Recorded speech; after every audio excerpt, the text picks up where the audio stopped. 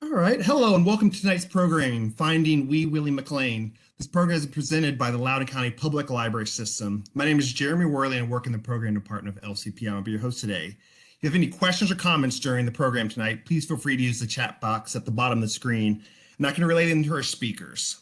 This program is the last of a series we have presented focusing on sports. And why is this library system doing a series on sports, you may ask?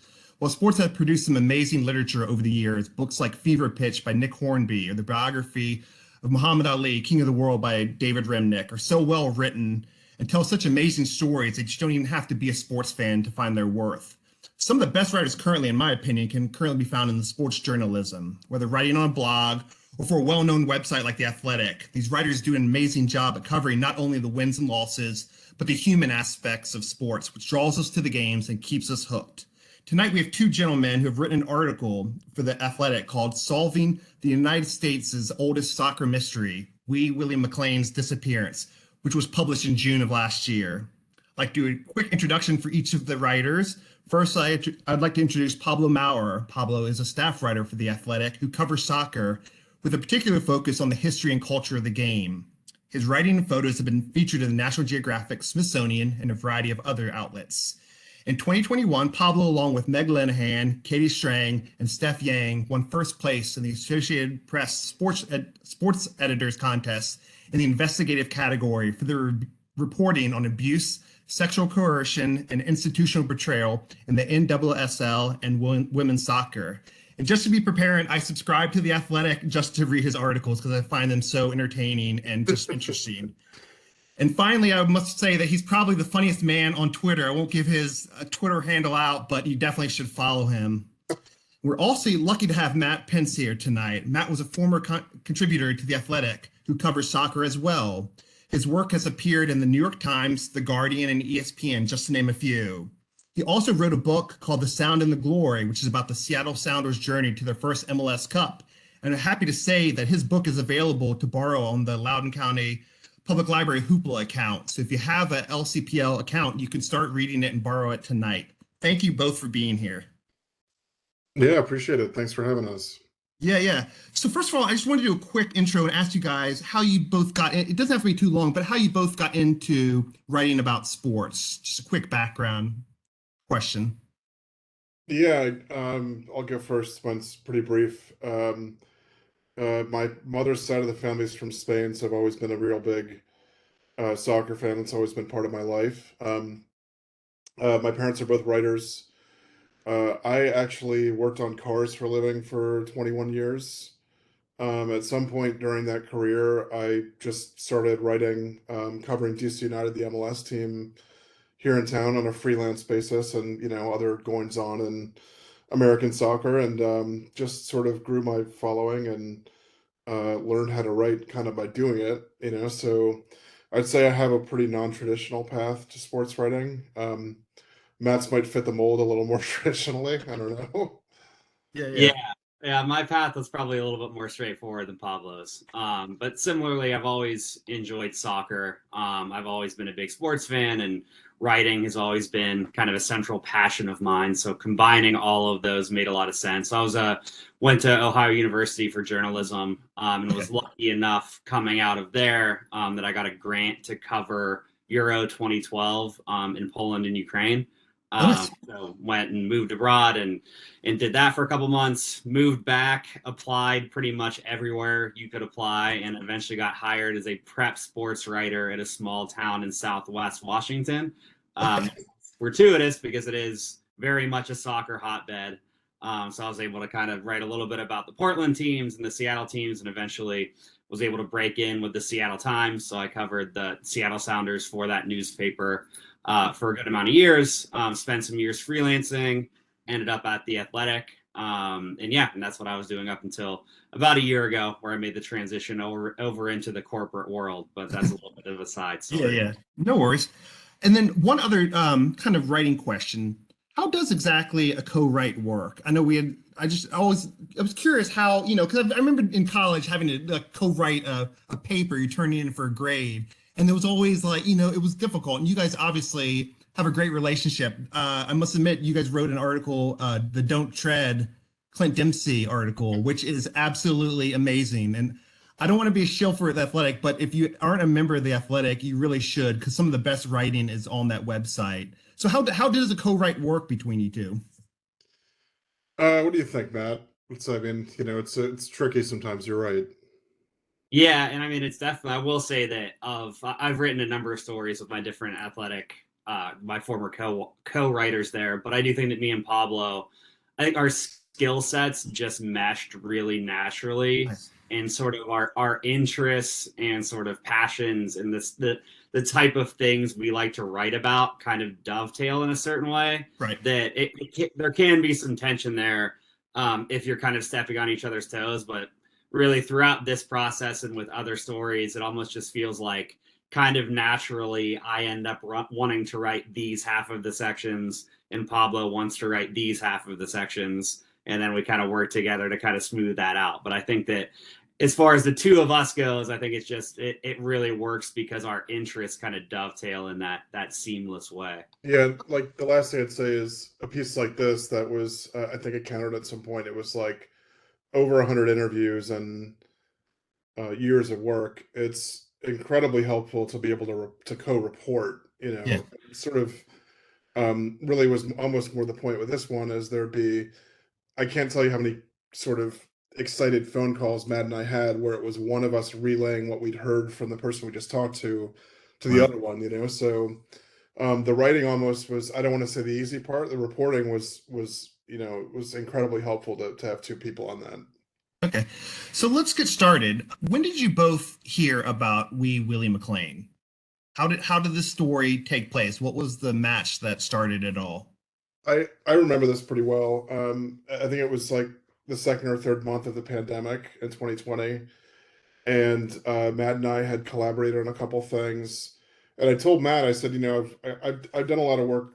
I've written a lot about U.S. soccer history. What I hadn't done was write about more ancient American soccer history. And I said, we should we should do a story on like the 1930 World Cup guys or 34 World Cup guys. And we sort of just started going one by one through all the Wikipedia profiles of all these guys on the 30 and 34 roster. So we get through many of these 34 guys, and Matt clicks on Wee Willie McLean, and it's just like at that point the Wikipedia article was like 8 lines long, and it ended with in 1938 he disappeared without a trace, and it's Right. like I think both of us were basically just like felt like we'd struck gold in some sort of way. It's just like that situation ticked a lot of boxes for us as writers and researchers and stuff. So for sure, it just came out of like pandemic inspired boredom, and there were no live sports to cover, and Right. just sort of like diving into rabbit holes, and we just happened to stumble upon this guy. I think you mentioned it in the article. So did Wikipedia still think he was alive, or was it because there was no death certificate and like it? Yeah, I mean, I guess like unless you've officially died, you're probably still alive in the eyes of this, the internet, Wikipedia, at least that website. Yeah, I think he was, 130 some odd years old or something like that. And So, he was 117, which was old enough to like be very unlikely, but not entirely inconceivable. exactly. Yeah. Yeah. So you guys, you Wikipedia, you had this idea. So where did you start from there? Was it going to is it the warehouse for the Soccer Hall of Fame? Is that the first place where you guys went to start doing research to kind of find out more? So, So it started a little bit broader, and this is where I'll tip my cap to Pablo. He had done a little bit more of this research style work, Okay. and so I found connected to that Wikipedia page. If you just kind of like started to look around a little bit, it eventually referenced a column in the Indiana Northwest Times that was written by a man claiming to be Willie's great nephew. Okay. And it kind of had these breadcrumb of details that we couldn't necessarily totally So verify, but that had been I at think odds. I think I have is this the one that? we'll get to that. That's not it Okay. though. Okay, that's it. Okay, cool. We'll Yeah, get to this that was a one. column written in 1994, right, Matt? Okay. Yeah, and it had some contradictory information that it was basically said that basically who he called Uncle Bill had ended up moving back home to Indiana, and that they had buried him at this certain cemetery in 1977. But there wasn't really any way to cross-check that. And so at that point, we're just really going through a combination of newspaper archives and Ancestry.com, just trying to sort of and we got a couple hints here and there, but not necessarily anything that was a real breakthrough for us. And then Pablo can kind of take it away with our next big discovery there.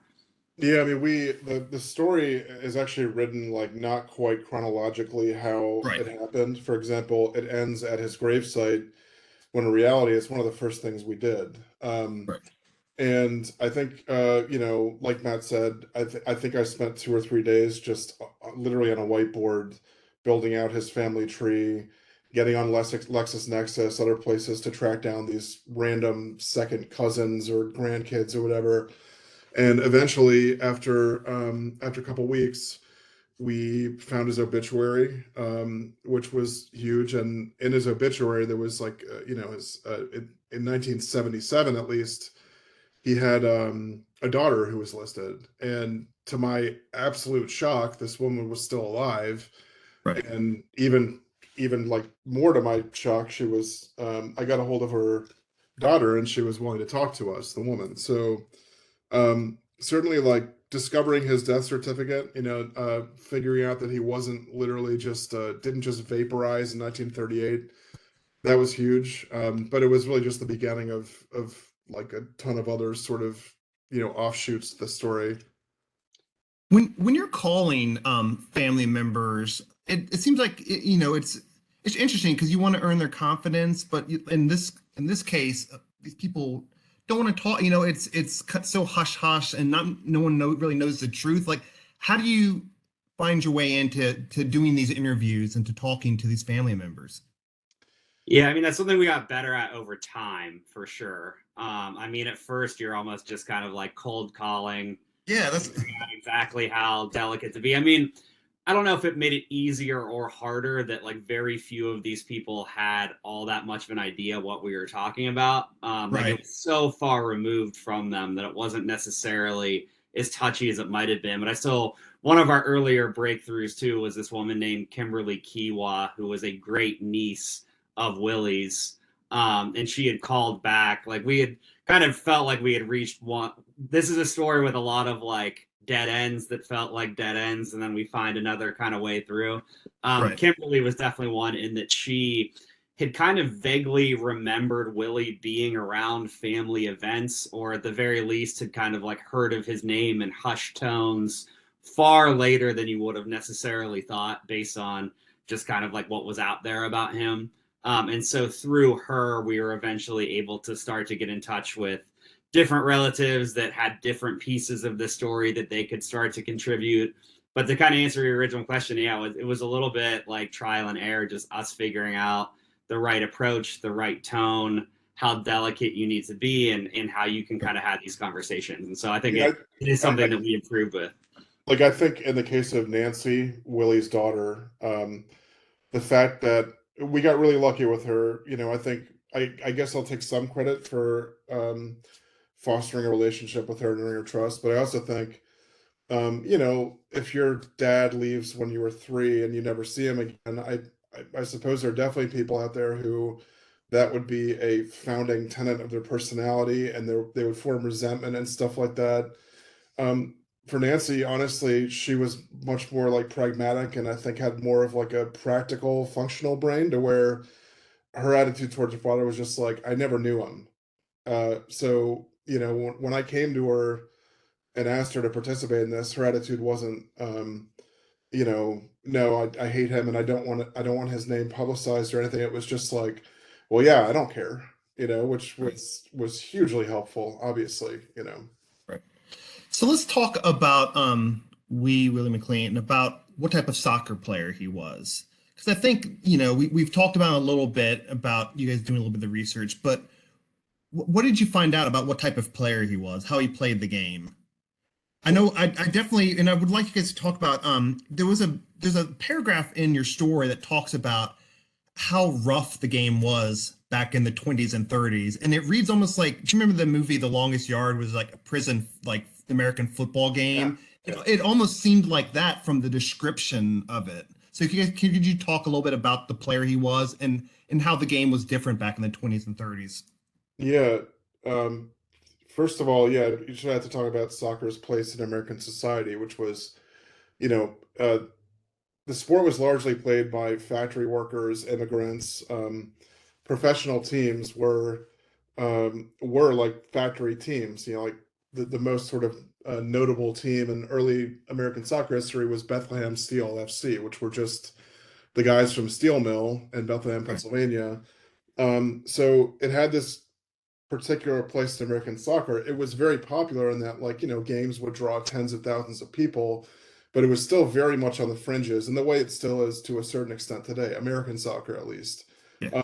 And like you said, it was a completely different sport. I mean, the passage you're talking about there being a fist fight and Willie getting kicked in the mouth and stuff, that's like almost commonplace. I mean, these dudes were just absolutely brutalized, it's like it was like shocking. I mean, Willie, and this obviously comes into play later in the story. I mean, had suffered multiple concussions, and not in a pretty way. I mean, we're talking about his head running into a brick wall or getting punched in the face or whatever. So it was like it was Yeah, just a totally different game. that was a part that was it was like a dive. It was mentioned it was like a diving header he made, and there was a brick wall right behind the end line, right? And he basically dove Yeah, I into don't think it. it would meet modern stadium standards, but there was a brick wall like maybe 5 feet from the back of the field. Matt, I mean, maybe you could talk a little bit about the kind of player he was, Yeah, I just pulled up. We found a description of him from the St. Louis Dispatch on April 19th of 1933.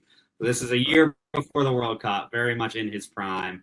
And it's just this columnist describes him as, quote, a complete player. He can dribble, is one of the trickiest players in the team, but he can also shoot goals. He may be small, but he's a thorn in the side of many a Sticks opponent. Oh wow. Above all, he is one of the cleanest athletes who have ever performed in this city. A real gentleman on and off the field. That's Willie McLean. So I think that gives you a pretty decent sense for his style and also his disposition to a certain extent. And that was really a window in for us for sure. And I guess we haven't talked about his size. I mean, he was what 5'3", and then 100 was it 125 pounds? I think it was 135 pounds. It was something about that, right? Yeah, he's like child-sized, I know. basically. There is a picture we'll get to eventually, but there's a picture where I guess the article comments about it where he's wearing a kit and it looks like really baggy on him, and all the other players it's a somewhat like tight fit, like maybe the current like jerseys, but his looks like noticeably baggy on him. It's kind of, I guess, shows you how small he was, how diminutive he was. Yeah, he was like a fun fact that didn't make the story is he was like one of the last cuts from the 1930 team, which was the first time the U.S.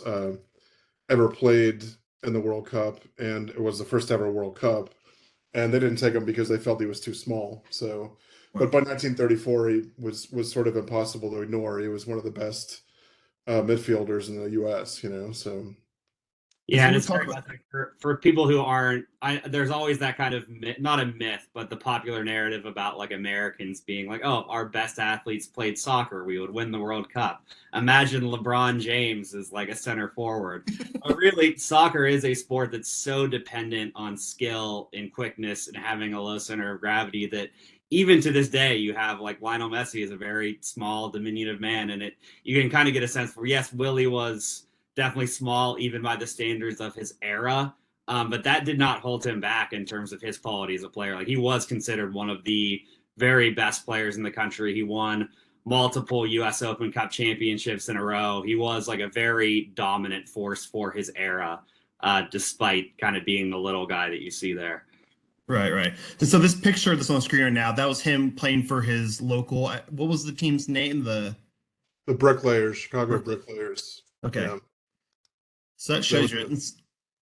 Yeah, club team in Chicago he played for right after he played for. Prior to that, he was with Pullman FC, which again was, during the day, this guy was putting together sort of Pullman sleeper cars and then would play for the company team as well. So, Okay. And so you started doing the research, and then you ended up, I guess, after you did the initial interviews, the initial kind of family tree, is that when you went to the warehouse, the Soccer Hall of Fame warehouse? yeah, we sort of hit a lull. After I talked to Nancy, we had kind of hit a bit of a lull research wise. And the one other thing that's mentioned in his Wikipedia is that there's supposedly this missing persons ad put out for him in, when was it, Matt? 44? Yeah, in the Midwest Soccer News. Right. Okay. And so, you know, sad to say that there's no digital archive of the Midwest Soccer News from the 30s and 40s. So I had reached out to a friend who works at the Hall of Fame, and a guy actually used to be a soccer journalist in the 70s. And he said, I think I've seen somewhere there they have binders that say National Soccer News or something like that. So we went to the Hall of Fame archives, which you sort of described the place. It's a huge old warehouse where they used to build furniture, and it's just rows and rows of shelves with like unmarked brown boxes. I mean, so almost shamefully poorly organized and preserved. And it took a day and a half, but Matt and I sat there and flipped through this binder of Xeroxed, issues of Menace, and then we see the ad which you had up there briefly before. Maybe you can pull it up again. Yeah, here. And it was like, so There this you is the first, now this is the first sort of evidence we have that indeed he did sort of mysteriously disappear, and maybe had a nervous breakdown or something like that. And yeah, I mean that ended with Matt and I basically screaming and hugging and like running around the warehouse like little children, just because it did for once felt like something really tangible. Right. So yeah. Did you put on the striker costume? I think that people need to know if the striker Yeah, I mascot absolutely uniforms. put it on. I mean, I put the head on. The costume definitely, I weigh 300 pounds. It wasn't going to fit me, but I think we both tried the striker head on for sure. So, And if you guys don't know what Striker is, he was the 1994 World Cup mascot. If you want to see what he looks like, just type it on the internet. I'm sure you'll find it. And then I believe also there you end up pulling up a box that had the soccer crests on them, right? yeah, I mean, it wasn't a box. That patch on the left, which is literally a patch off. I think the patch on the left is off of a jacket, like the formal jacket they had. Right. The stuff Olympians have, for example. The one on the right was off a uniform. Both those patches were on the floor underneath a shelf. I mean, literally just laying on the floor like garbage. So, Jeez. yeah, I didn't put it in the piece because I didn't maybe want to like tell that to thousands of people, but Someone would end up getting fired over that, I assume. exactly, yeah, maybe it's a Loudoun County Public Library exclusive, but those things were just on the floor like trash. I mean, I think we were both shocked, and Right. like Matt wrote in the piece. I mean, I think we both held those things and we're like, shit, probably not, but this could have been, on Willie's uniform. Who knows? We definitely felt closer to him. Yeah, I guess when you deal with like just looking up stuff on the internet and finding something physical to hold that you can associate with Willie, it's got to be. I guess that probably spurred you on even more, right? It's like we got to keep pushing through and finding more. We're going to get to the bottom of this.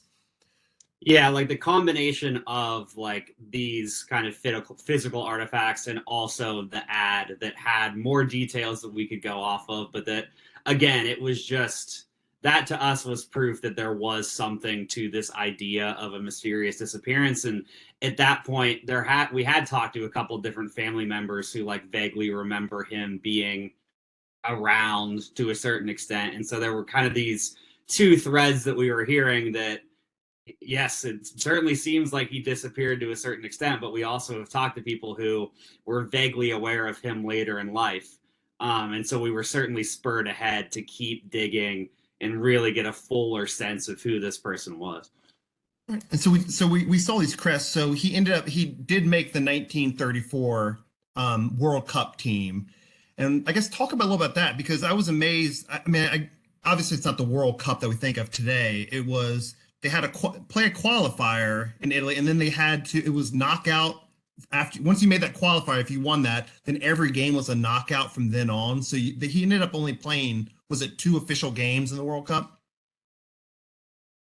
Yeah, so he just played the qualifier against Mexico, and then they played Italy, who was the host, Mussolini's Italy in the first round.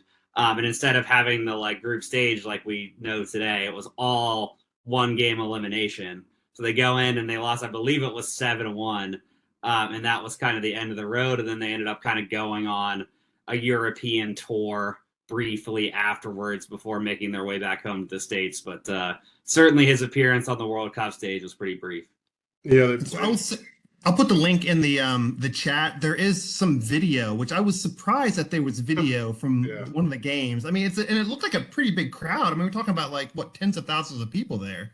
For sure, yeah. And then after that tournament, I mean, one of the other bizarre finds that we had was you just that was it Yeah. right there. I mean, Right. they went on to play these games in I want to say Belgium and Germany, and there's like no real official record of them.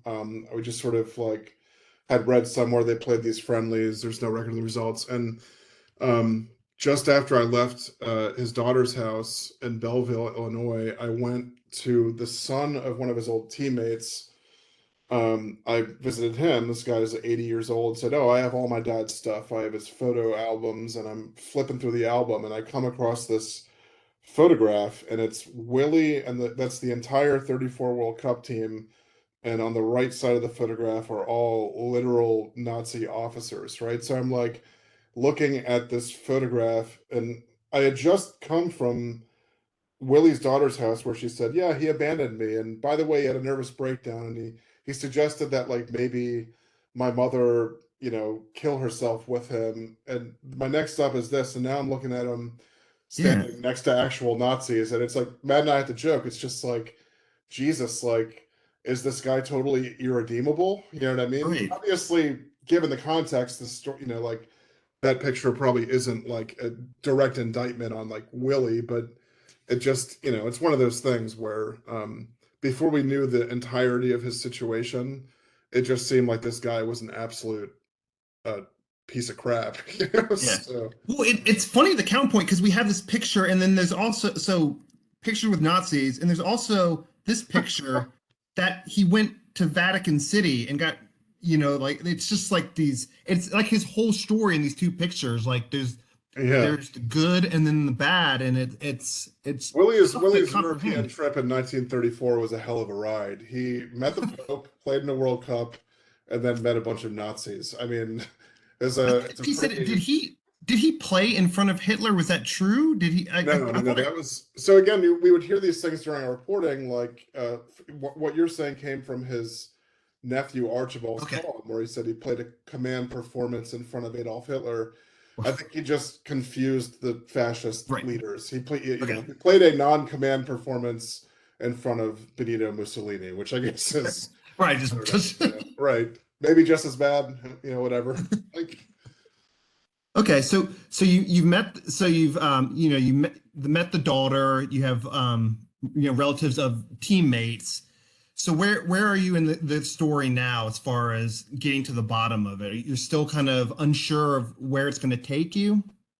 Yeah, so we're getting bits and pieces along the way from here on out. It had kind of stalled for a little while, still having conversations with family members, still kind of doing the digging that we can. And then I'll let Pablo kind of take this part of it because he was really instrumental in this side of it. But we found our way across. We were able to get access to Willie's medical records, like his mental history records, and that really opened a lot of it else up. But Pablo was kind of the lead on that part of it, so I'll let him kind of take it away here. yeah, so basically we actually looped in a guy, James Brown, from the Society for American Soccer History, and he had helped us track down Willie's divorce decree. So Willie, we found the death certificate the one mention of this guy, like in the newspaper, um, no, see, this was like so lengthy and so crazy. Like I get even like how we got to the facts confused. At some point, it became apparent to us that Willie had changed his name. We found that out because one of the only, we had people, we did like public records requests. So we worked with a historical society in St. Louis, one in Iowa, where we thought he might have moved, and we found out that um, we found a divorce decree from his second wife. We didn't even know he was married, and through that we found out that he changed his name. Then we found out on that divorce decree, it said it was delivered to him at this place, Mount Pleasant Mental Health Center, which is one of these huge old Kirkbride asylums, that used to see in the 20th century. And, a couple weeks later, miraculously, Willie's daughter had said, yeah, I mean, if you can get his medical records, I'll sign off on getting them. She's his next of kin. Right. So, miraculously, we got I'm telling you, this story doesn't happen unless there's like multiple people, like his daughter, and then, for example, this woman who works at the place still exists today in a different building. The records clerk took like a real interest in this. She Okay. was like, wow, this is a crazy story. And she called me back a week later or something and said, I have like 20 pages of his records on microfiche. And I don't know if, a lot of times the microfiche will like, be disintegrated or it'll just be Right. black because it, washed out or whatever. But she emailed me what she had, and it was crazy. It was like Willie's entire life story in his own words, because when he was admitted to this mental health center, he went through an entrance interview, and I gotta say, it's crazy. They were shockingly thorough. I mean, I think there are elements of the mental health care system that were really primitive back then, but they asked him everything, and so it was like from there on out, it was pretty much all downhill in a good way, you know. Right. But via those records, we found out that he'd run away from his first family. He changed his name. He had tried to kill his second wife, which is what led to him being in this mental health facility. He hadn't talked to his parents any of his stuff in years. They had died while he was sort of in hiding.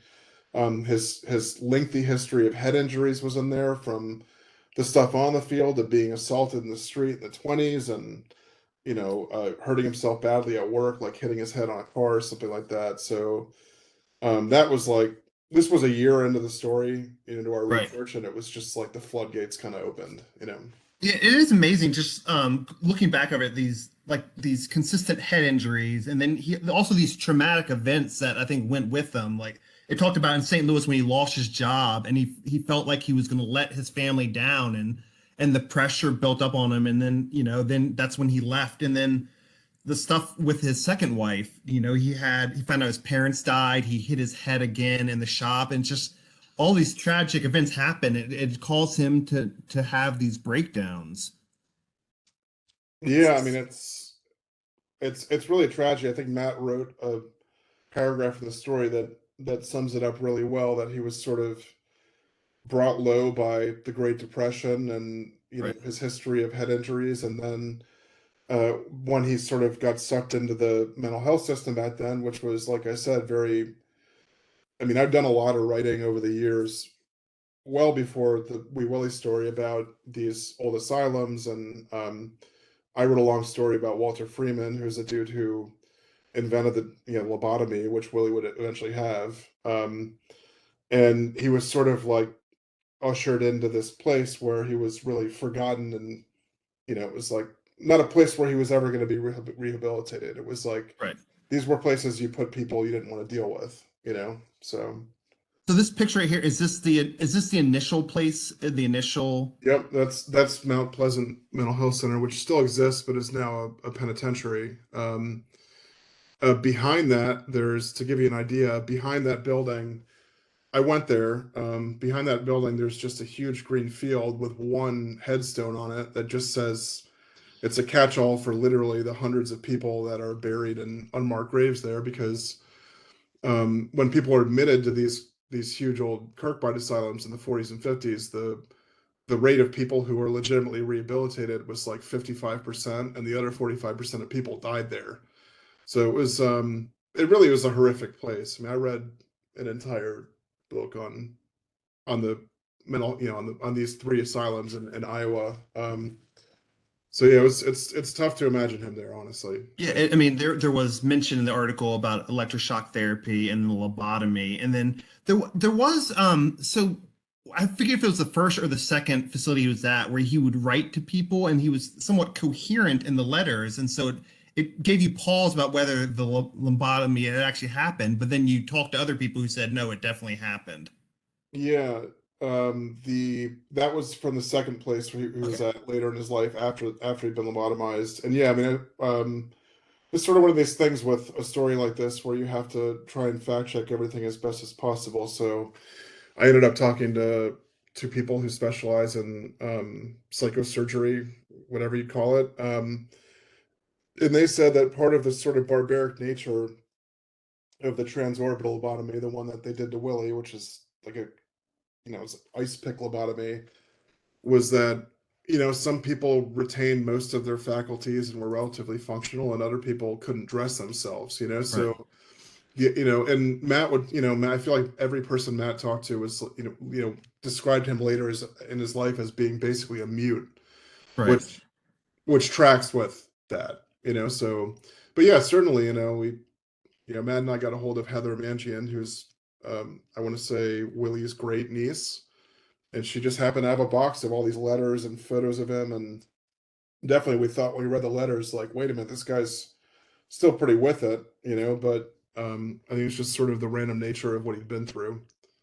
Yeah, and I will say, like, so we got the letters and those photos very late in this process. I mean, Right. this was one of the kind of last discoveries that we were able to find, and yeah, and obviously a lot of this story is just very tragic and doesn't necessarily have a lot of grace notes to it. I will say that for us, having lost track of him for those years, from kind of the point of where he goes missing, and even in his mental health records, there's kind of a gap once you kind of get through his intake interview and kind of you get his background that way, but there's still a lot of the last couple decades of his life pretty unaccounted for. So finding those letters and seeing his handwriting and getting a sense for his day-to-day life and how he still wondered about his daughter, and even talking to a couple people who met him really close to the end, it did help us sort of feel a little bit closer to this character again, getting a sense of what he was like even after going through all of this tragedy. I think there's like what I'll quickly add. You made the point earlier about sort of these physical artifacts, and yeah, there's Nancy. Yeah, so that the lady in the middle, that's Wee Willie's daughter, Daughter, and and those are his that's yeah, grandkids. her 2 Yeah. kids. So it's good that you actually put that photo up because I do think there's this through line of physical things that kept us going. Just after I took that photo, um, Nancy, his daughter, gave me a pendant necklace that was given to Willie for winning, the National Challenge Cup, which was what's now the U.S. Open Cup, the biggest thing in American soccer at the time. Right. And I remember holding that and thinking like, wow, this really was actually this guy's hand. The gravesite, the same thing. You know what I mean? The patch at Yep. all these things that sort of like the letters, I think all kept Matt and I close to him in a weird way. I mean, I genuinely think both of us, and it's the way the story ends, we sort of say this. I think both of us felt some weird connection to the guy and still do. I think you just get that invested in a story like this. I remember, every new thing I found out about him made me relate to him in some weird way. Like when I found out that he ran away from his first family and then he ended up being a mechanic, I was like, oh, of course this guy worked at the bars. You know what I mean? It's like one of those things. I think Matt and I just rolled our eyes so many times at all the weird coincidences in this thing. So when you finalized, you took all this information and you brought it back to Nancy, do Mhm. you feel like she got closure? I know you can't speak for her, but I mean, she had basically been told her entire life, had kind of understood, certain aspect, but then she never really knew her father, and to hear it after the fact, and the stories about a second wife, and I don't know how I personally would deal with finding out information like that. How did she seem after you told her? I've remained relatively close with the family. I think Matt and I were both super nervous when the piece came out about Right, how every person we talked to would feel about it. I think it's right, normal, but at the end of the day, I think our interest was just to write the story sort of straight up and as close to what it was as we could. I got a card from Nancy a few months ago after her, I want to say 91st birthday or 90th, telling me she loved the story, that sort of stuff. So I imagine, I got the sense, yeah, it gave her some closure. I think her grandson Alex, who you saw there, was also said something along the lines of, like I always wondered about him, and this is the most I've ever heard about my grandfather. So yeah, I think it is. I don't think it's like why we did this story particularly, but I think right. it's uh, a really nice side effect, I guess, of what Matt and I did. You know. Awesome. Well, I guess now, I mean, that basically shows kind of the entire story, how you guys research it. If there's any questions, feel free to put them in the chat.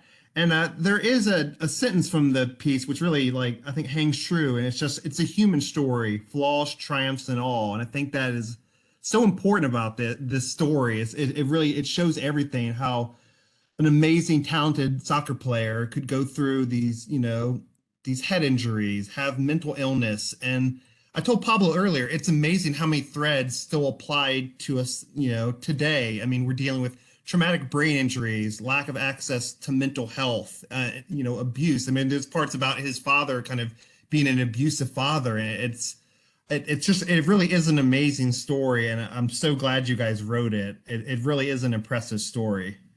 Yeah, Matt.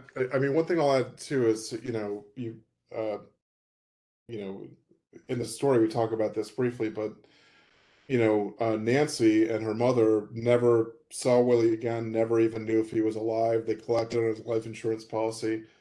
Willie's family knew he was alive after Right. 5 or 6 years of his disappearance, and they hid him the entire time. And so, again, to your point, I think on the surface, most people would be like, well, that's horrible. Like Right. they knew he had this, but, to them, Willie was like, because of the history of abuse, because he was maybe a little mentally unsound, um, I think they almost felt like they were protecting him, Right. so it's like it is this weird complex thing where nothing in this story is really as it seems. Nothing is as simple as, it's like impossible to take anything in the story at face value. Definitely. All right. Well, I guess we've probably kept you guys long enough. And like I said, if you're not a subscriber to The Athletic, I definitely would recommend it because there are some amazing articles. Hopefully, maybe we can have you sometime in the future, Pablo, talking about, is it Soccer Slam? I'm not sure if I could actually get it approved through my bosses, but I would love to hear you talk more about that. Yeah, I would love to give some academic talk on Soccer Slam, which was a blending of the World Wrestling Federation and indoor soccer. We did have a question just come in. Is this maybe the darkest story you've ever reported on? Do you, either one of you, remember something that kind of Well, Matt wrote a great piece on the U.S. not qualifying for the World Cup. So I oh, don't know if that's Different kind of dark. yeah, Yeah, in terms of yes, it's the most tragic story that I have worked on for sure. In terms of just the different, as you kind of summarized earlier. I mean, it's almost just I refer to it as almost like a particularly American tragedy, particularly during that era. Just with right. with the Great Depression and him kind of being buffeted by forces outside of his control. And so yeah, I think for me, yes, it was the darkest story that I've worked on, but kind of going off of what Pablo said, I still do feel this affinity and connection to this person, as complicated as he was. And that's why I was more than happy to jump on this call and kind of go back through all of this, because I still, even now, I could talk your ear off about Willie McLean. Even Yeah, after no, researcher. I mean, I appreciate the article and then you guys doing this talk to us, because I think the more people who know his story and these stories about these, soccer players from a bygone generation, they're important to carry on their stories, the good with the bad. And so, once again, thank you both for being here tonight. We appreciate your time.